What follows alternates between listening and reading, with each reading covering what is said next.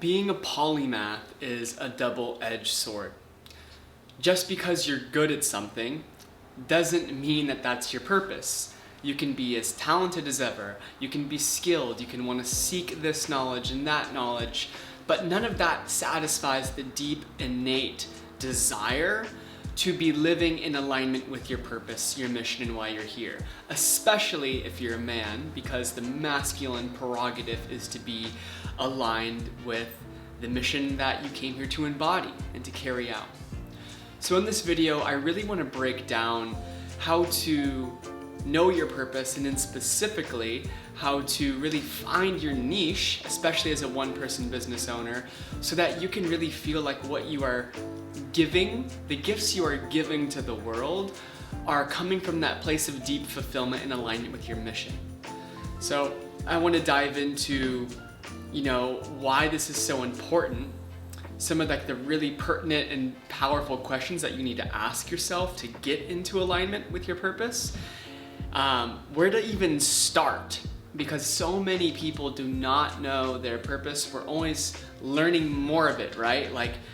But so many people in this culture are lost. Our culture does not teach us, especially creative men, but anyone in general, how to really know yourself and to know what you came here for, right? We teach how to have a valuable skill in the marketplace, but that's really about it, right?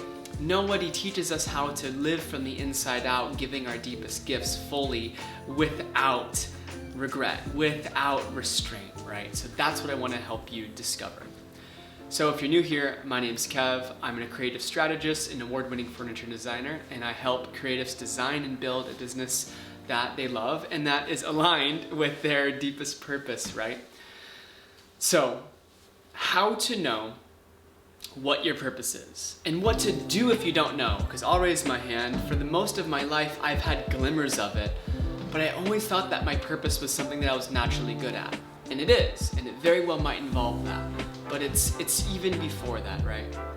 So what it is for you in your life is I cannot speak to, but I can speak to the real deep, hard, honest work that it takes to really reveal it to yourself.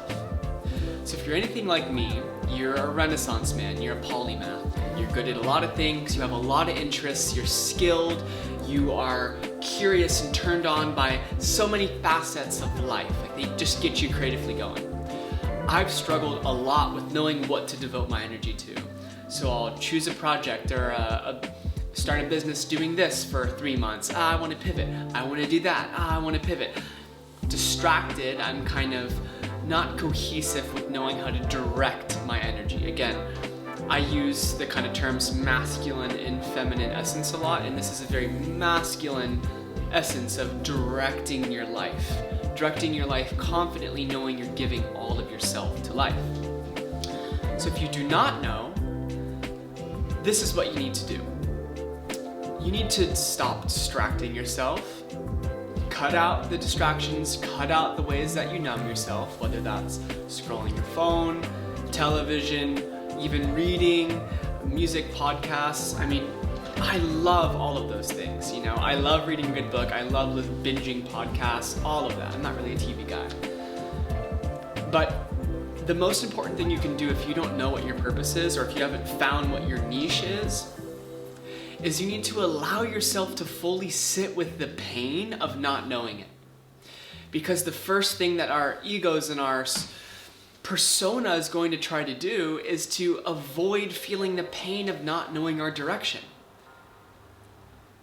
Inside of the deep pain that is beneath the surface of you not knowing what your mission is, not knowing how you can best be of service, knowing something's not right but not knowing what it is, inside of that pain is where that little sprout, and this was supposed to be a sprout, is where the sprout of your gift, of your purpose is going to come through. The problem is, and I can speak so intimately to this, is we get so caught up in trying to find it, but we find it through means of overwhelming our system. I'm gonna try this, I'm gonna try that, I'm gonna distract myself here, ooh, I need to learn about this. Again, let's separate skill acquisition, extremely important.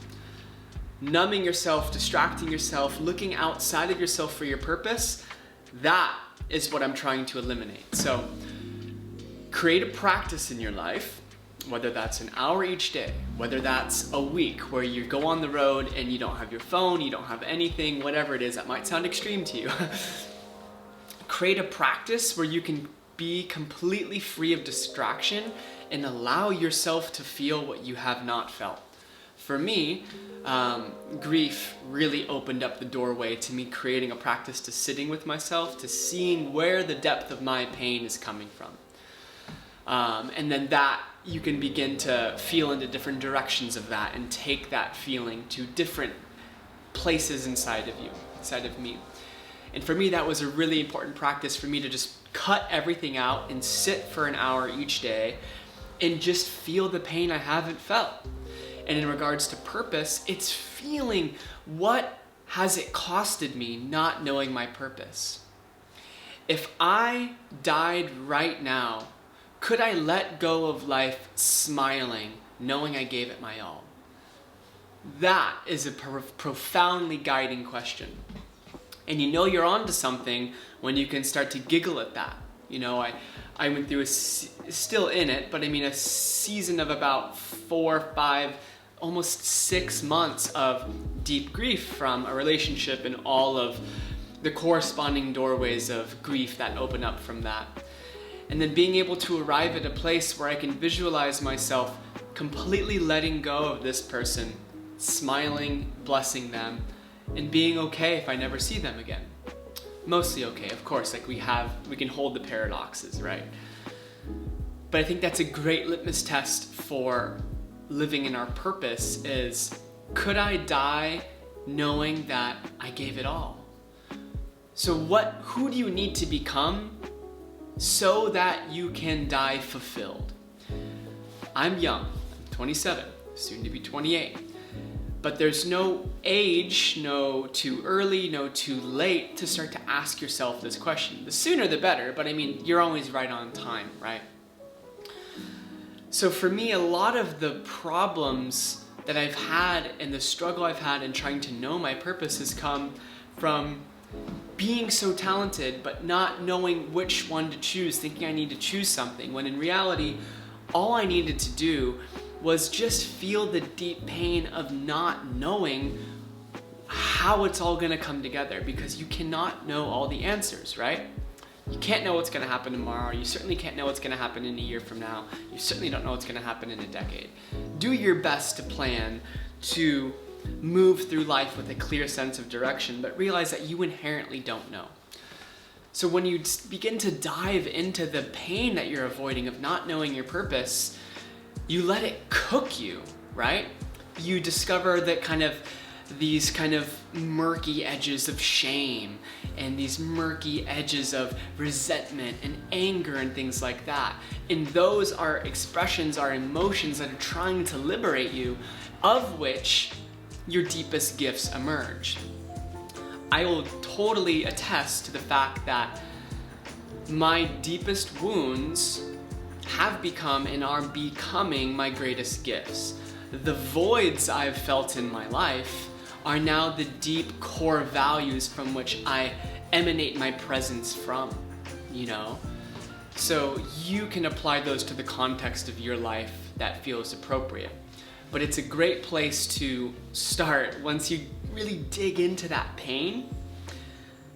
Where your wounds are is where your gift is trying to emerge. In the same way that your fear is really holding the seeds of your potential, your resistance is pointing the way, so too are the wounds and voids you feel in your life. They are uniquely there to be fully felt, to be fully experienced in all of the depth of the agony and maybe even ecstasy there.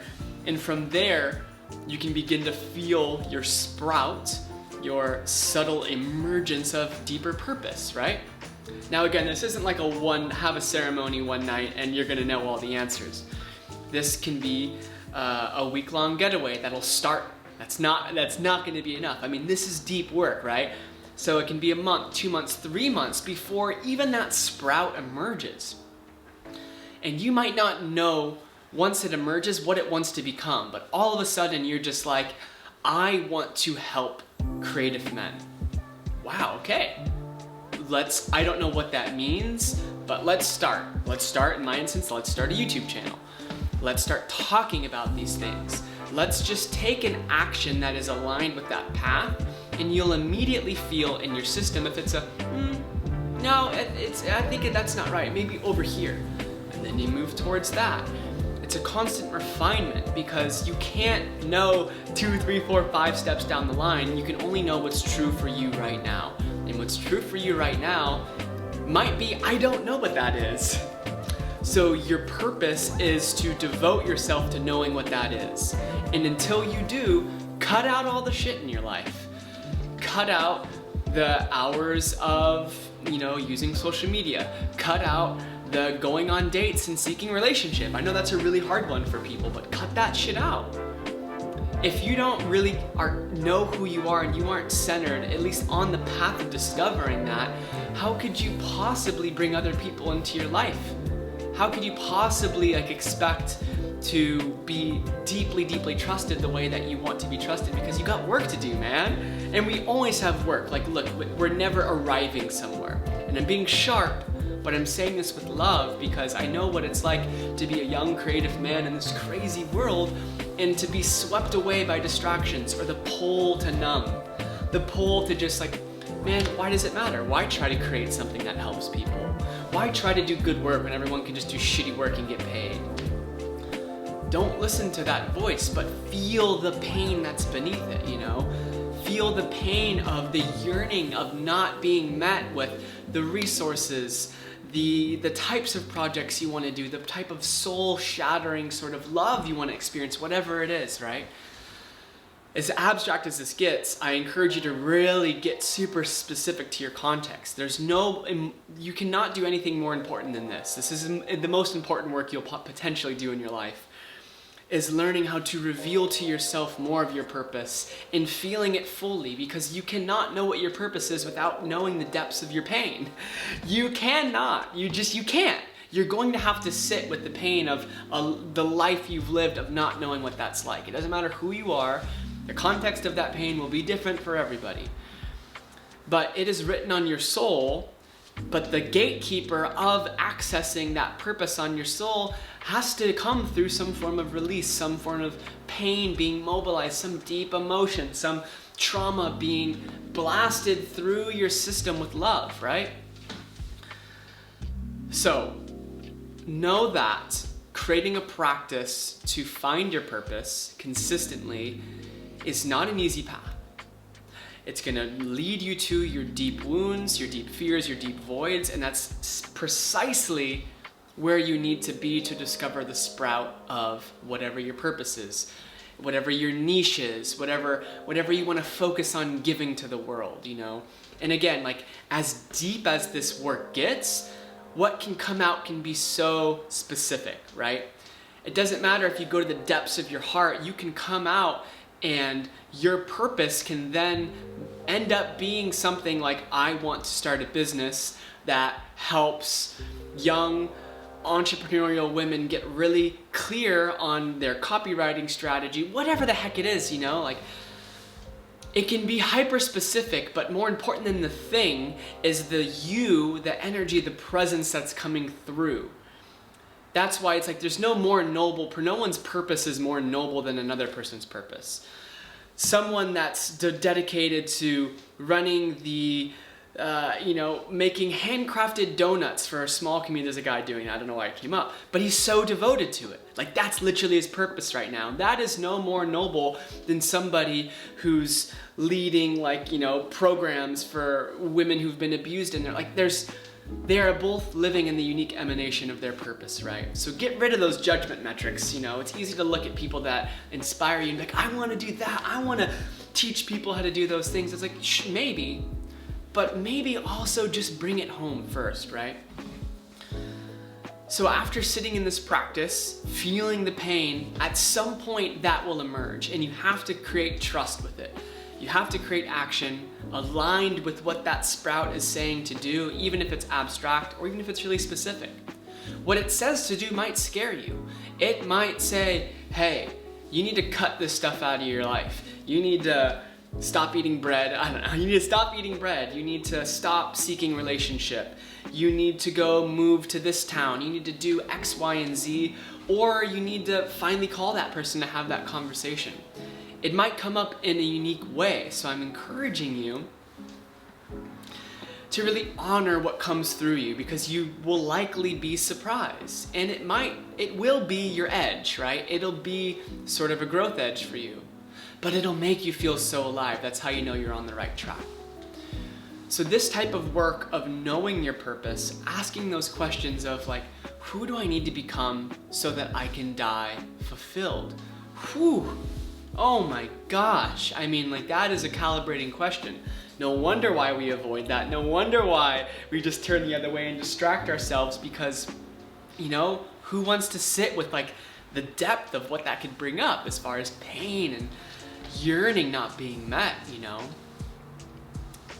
What I see happening right now is a lot of people that just aren't living their true mission. You might live a good life, but not a great life. And hey, if that satisfies you, by all means. But I'm beginning to arrive at this place, like, if it's not my true deepest mission, I'm wasting my life. If I'm building a relationship with somebody that just really doesn't make me come alive, like, I'm wasting my time and their time. I can still give support to that person, or if it's a loving relationship, or if it's like a friendship, whatever it is, like, I can still support.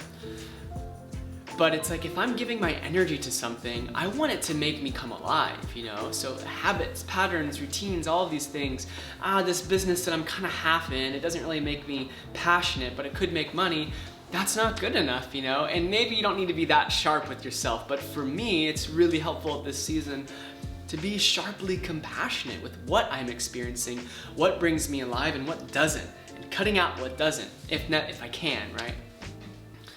So all this to say that finding more of your purpose is a discipline.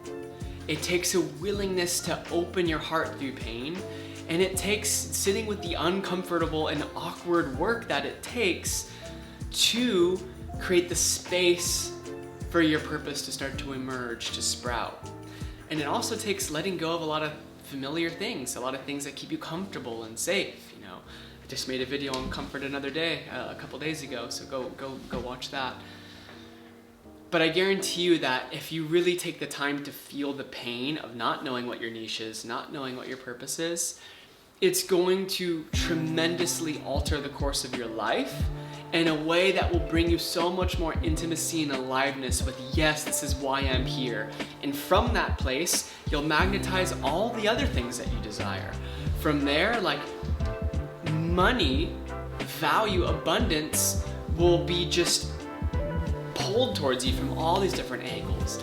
Beautiful people, friends, brothers, sisters, potential relationships, the right people will be magnetized into your life because you're on point, you're on purpose. So I'll leave it there. I get really passionate about this because it's a huge transformation that I've gone through, and it's like, yes, this is what the world needs. So let me know how this kind of brashness lands for you, and it might take watching it a second time. So yeah, let me know if this is helpful. Appreciate y'all for being here. Ciao.